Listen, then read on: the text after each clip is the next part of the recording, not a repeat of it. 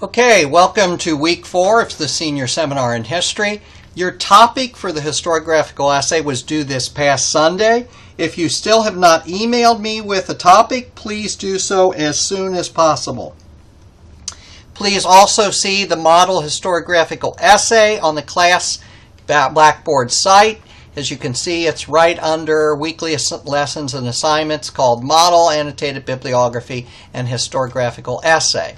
In that model historiographical essay, which is by me and was for a major publisher, ABC Clio in California, you're going to find that the first thing that I do from the first sentence of the first paragraph on is what is my topic?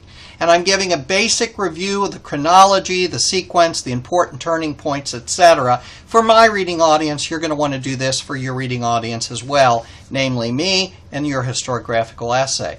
You're also going to see that I specify, I'm very certain to define key terms. You may have specific terminology in your own essays. It might be about imperialism.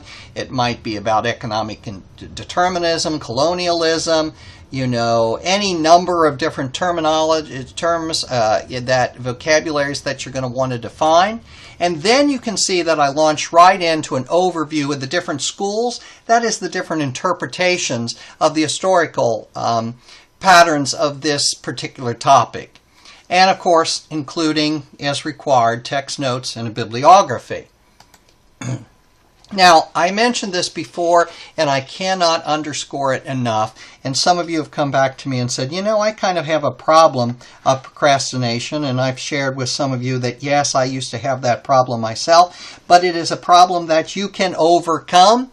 And it's a very easy problem to overcome if you take these steps. That is, you try to do a little bit of something every day on your annotated bibliography or historiographical essay. Even if you're only doing 15 or 20 minutes a day, it's important to set a habit of doing it. It's like anything else.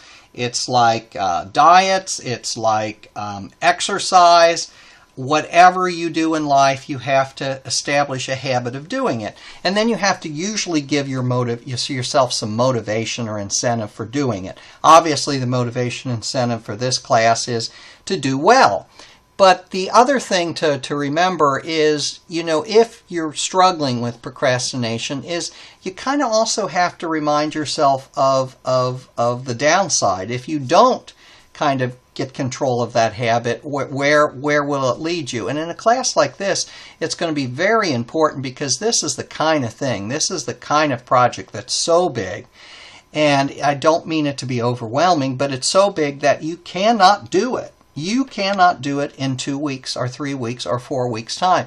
This is week 4, and you're going to need the rest all the way up to 16 to get this and to get this right. A mentor of mine who oversaw my dissertation, made me change and say that, do a little bit each time. Then it won't seem overwhelming. If you want to climb a mountain, you don't say, I'm going to do it in 5 minutes. It's impossible. If you want to eat a 7-course dinner, you don't say, I'm going to stuff myself in 5 minutes. It's impossible. If you want to build a house, I'm going to build it in, 5 days. It's probably going to be impossible, right? And if you did, it's going to be really, really bad. So don't stuff yourself. I can see if you do decide to procrastinate, and it's going to show up. You're going to look like this guy here, and it's going to look really sloppy and really bad, and it's going to not reflect your own talents and your own possibilities. Now, there's also a model annotated bibliography. Now, this is the first part of what we're going to do on this historiographical essay. And again, a great model is available to you. If you have any questions, let me know. But this is also an important time for you to go back to the syllabus and to look at the bibliography on the syllabus and to see what kinds of sources are out there so you don't have to reinvent the wheel, so to speak. And so when you're doing a particular topic, some of these books might come in handy, especially, and I point out, and this is very, very good, and we are one of the few places, the NKU Steele Library in the nation, that has all 5 volumes of this very important work called the Oxford History of Historical Writing. So if you've got a topic, even if it's an esoteric topic, not a very popular topic, I really suggest that you go to the Oxford History of Historical Writing in order to see, what we're looking at here. And it's also a good idea for you to go back and listen to my lecture about historiography and about different kind of outlooks and schools' perspectives on historiography, and that will help you a great deal as well.